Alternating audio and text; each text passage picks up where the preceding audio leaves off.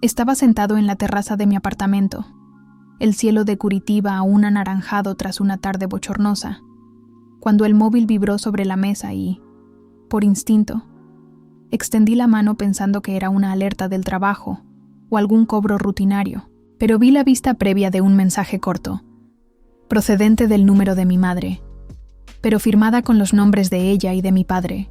como si eso hiciera el contenido más aceptable, más palatable, más unánime, y solo decía: «Hola, querido, lo hemos pensado mejor y creemos que sería más sencillo que vieras la ceremonia por internet. Con tanta gente de la familia de Bianca viniendo de fuera, puede ser delicado meterte en medio de todo eso. Esperamos que lo entiendas». Lo leí, lo releí, lo volví a leer como si mis ojos pudieran darle un significado menos hiriente, pero lo que se leía allí era solo exclusión disfrazada de consideración, y durante unos segundos mi cabeza se quedó en silencio. Los sonidos de la calle desaparecieron. Incluso el ruido del autobús que siempre pasaba tocando el claxon en la esquina desapareció. Y allí, en esa pequeña pantalla fría, estaba la cancelación de años de esfuerzo, de dinero,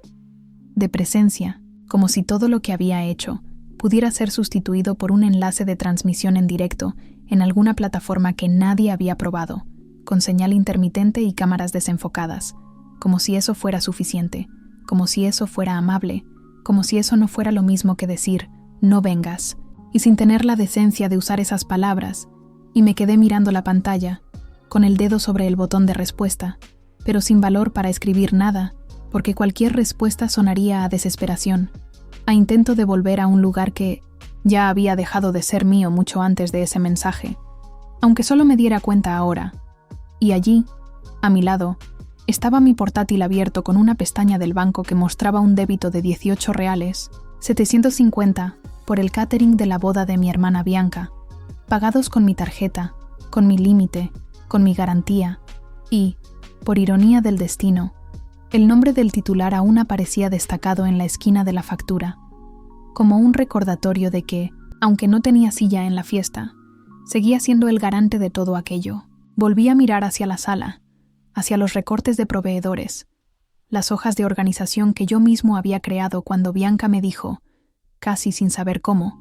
que estaba perdida con tantas opciones, que necesitaba a alguien de confianza para ayudarla, y claro que ella sabía que yo diría que sí. Siempre decía que sí, incluso cuando se olvidó de mi cumpleaños el año pasado porque estaba muy ocupada, incluso cuando no fue al funeral de nuestro abuelo porque estaba de resaca de un viaje a Bucios con su prometido, e incluso cuando se refirió a mí como mi hermano un poco raro al que le gusta estar solo con hojas de cálculo, durante una comida familiar con mis suegros, y a pesar de todo eso, yo seguía ahí, dedicándole mi tiempo, dándole dinero, mediando en contratos, facilitando pagos, resolviendo líos con proveedores. Fui el responsable de reservar la finca en Campo Largo, del contrato con el DJ, de los presupuestos de las flores e incluso de negociar su vestido con la diseñadora, que le cobró una barbaridad por la marca, pero que acabó cediendo después de una llamada mía en la que utilicé el nombre de la empresa que dirijo como referencia de una posible colaboración futura. Y durante meses fui el nexo entre sus sueños y la realidad que ella no podía sostener sola. Y no pasa nada. Pensaba que era mi papel como hermano mayor, como alguien que siempre ha tenido una mayor estabilidad,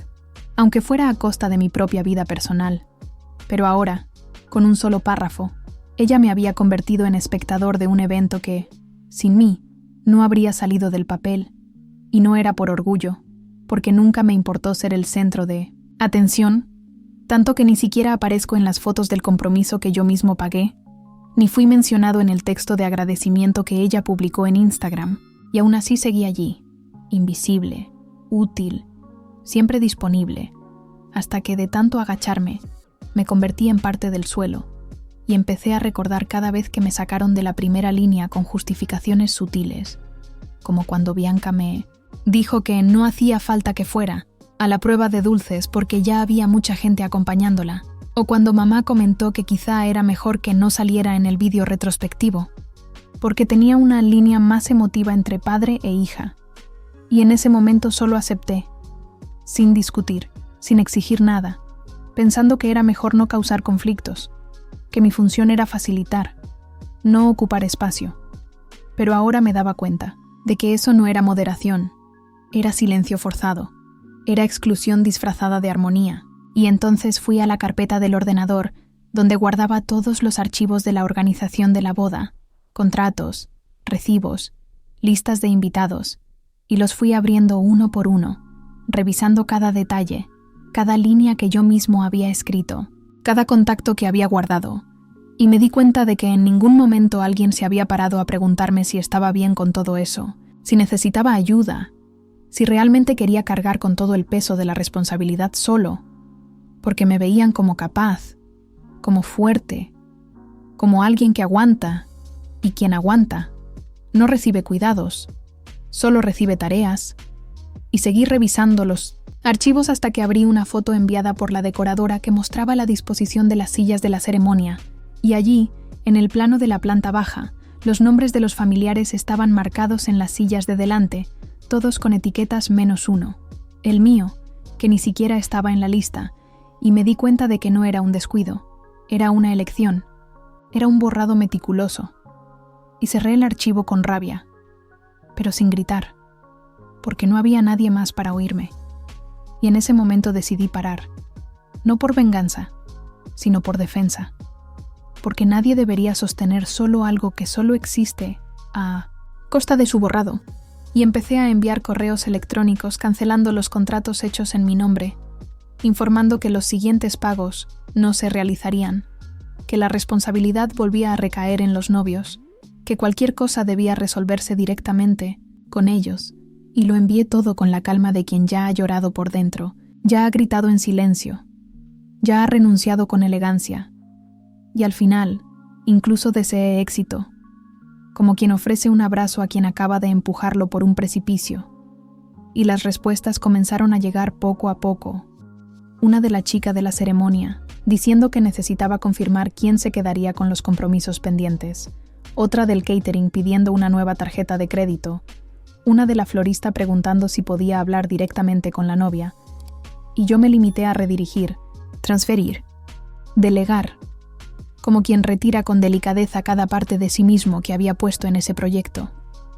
Y esa noche apagué el móvil. Me preparé un té de manzanilla y me senté en la oscuridad de la sala con la cabeza llena, no de ira, sino de alivio,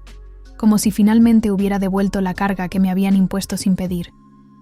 Y los días siguientes fueron un silencio incómodo por parte de mi familia. Nadie llamó, nadie escribió, como si hubiera desaparecido para siempre. Y tal vez lo haya hecho, al menos según su versión. Y el sábado de la ceremonia, mientras el sol brillaba afuera, yo estaba tumbado en una hamaca en el patio de la casa de un amigo en Antonina, leyendo un libro que me había regalado Bianca, años atrás. Irónico, pensé. Ella que ahora fingía que yo no existía. Y el móvil seguía apagado,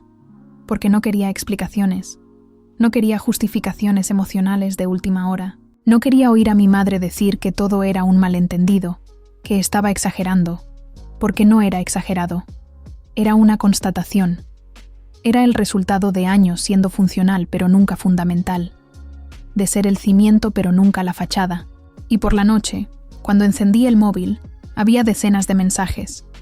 Una de la organizadora en pánico, otra de mi madre con la voz entrecortada pidiéndome que volviera, por el amor de Dios.